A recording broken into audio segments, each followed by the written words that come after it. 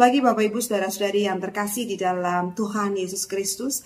Berjumpa kembali di dalam doa pagi GKI Samanhudi 1 November 2025. Sebelum bersama-sama kita mendengarkan firman Tuhan, mari kita satukan hati kita di dalam doa. Mari kita berdoa. Tuhan yang mengasihi kami, terima kasih untuk berkat yang Tuhan selalu berikan dalam hidup kami. Dan sekarang bersama-sama kami akan mendengarkan firman Tuhan. Mari berkata-katalah atas kami, karena kami anak-anak-Mu bersedia untuk mendengarkannya. Di dalam Kristus kami berdoa dan bersyukur. Amin. Ibu bapak saudara-saudari yang terkasih, firman Tuhan pada hari ini diambil dari Daniel pasal yang ke-7 ayat 1 sampai dengan 3, dilanjutkan ayat yang ke-13 sampai dengan yang ke-18. Demikian firman Tuhan. Pada tahun pertama pemerintahan Belsyazar, Raja Babel, bermimpilah Daniel dan mendapat penglihatan-penglihatan di tempat tidurnya. Ia pun menuliskan mimpi itu dan berikut ini garis besarnya. Daniel berkata, "Pada malam hari aku mendapat penglihatan. Tampak keempat angin dari langit mengguncangkan laut besar dan 4 binatang besar lain dari dalam laut, yang satu berbeda dengan yang lain.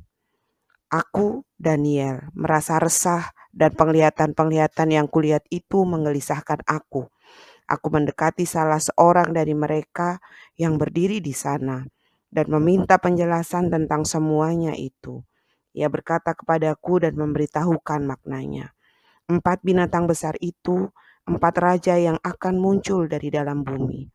Sesudah itu orang-orang kudus milik Yang Maha Tinggi akan menerima pemerintahan dan mereka akan memegang pemerintahan itu sampai selamanya, bahkan kekal selama-lamanya."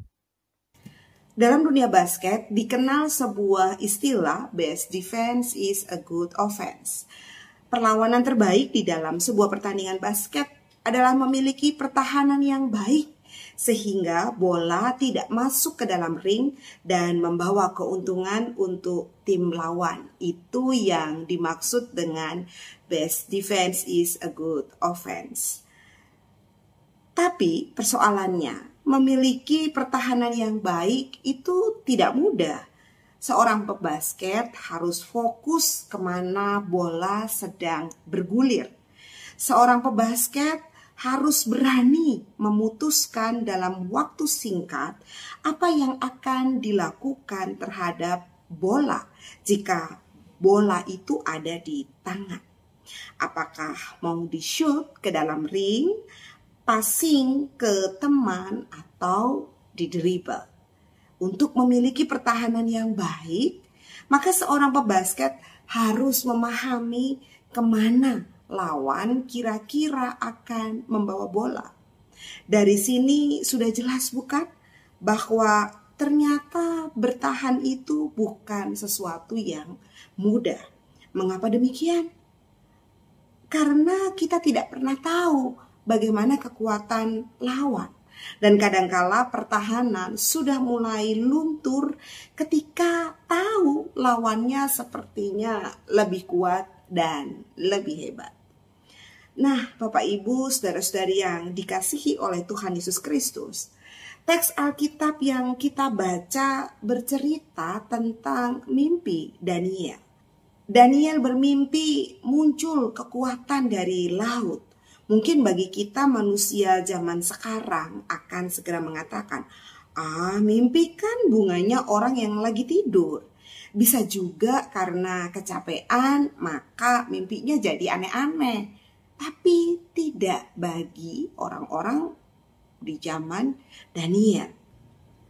Bagi masyarakat pada waktu itu, mimpi adalah sebuah sarana untuk menyampaikan pesan dari langit atau Allah.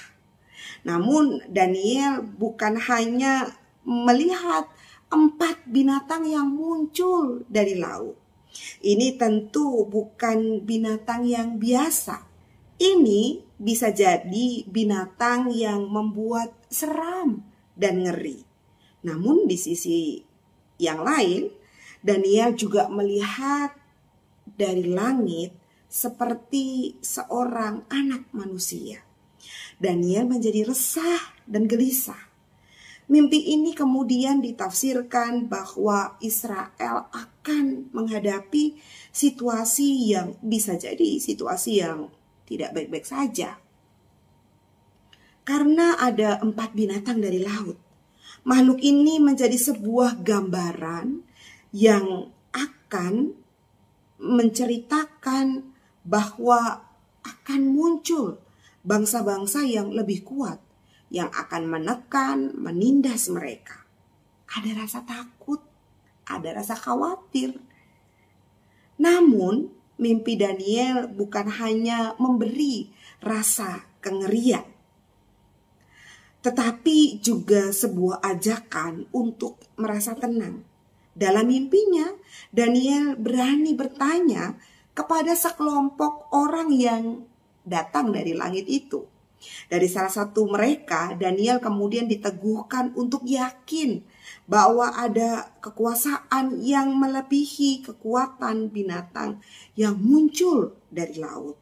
Ada kekuasaan yang mampu memerintah dan mengendalikan situasi yang akan muncul.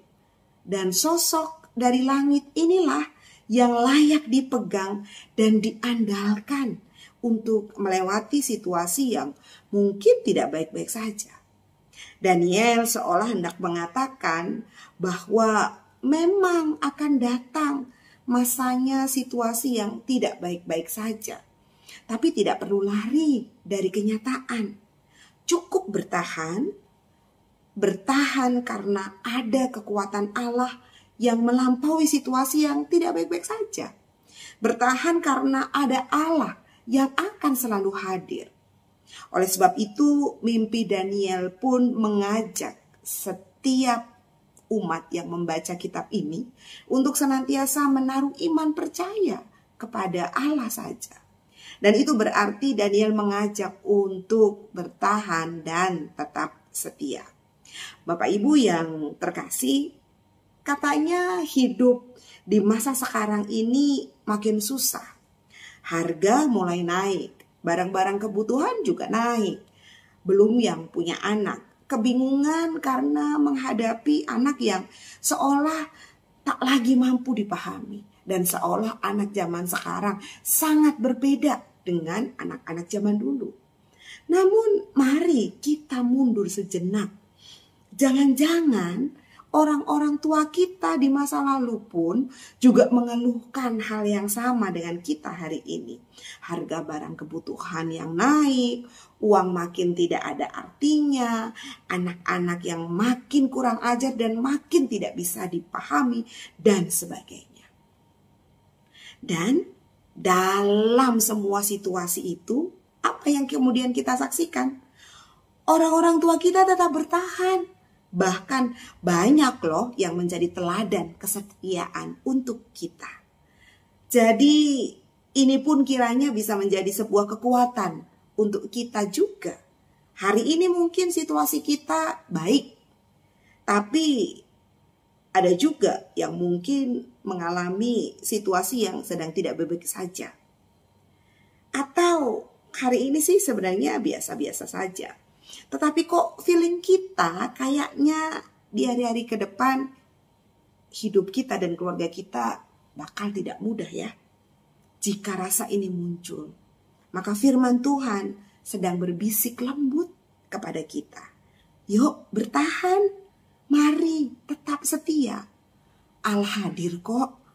Allah yang sama akan menemani perjalanan kita. Oleh sebab itu, fokuslah untuk bertahan dan setia. Amin. Mari kita berdoa.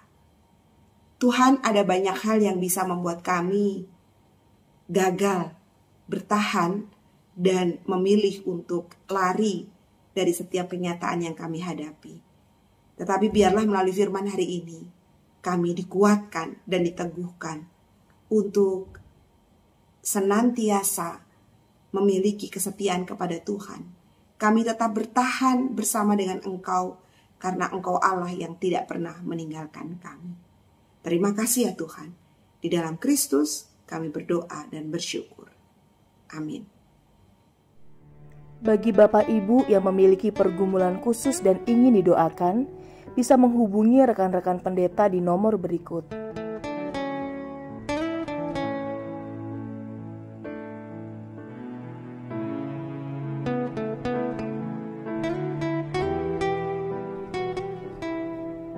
Tuhan Yesus memberkati.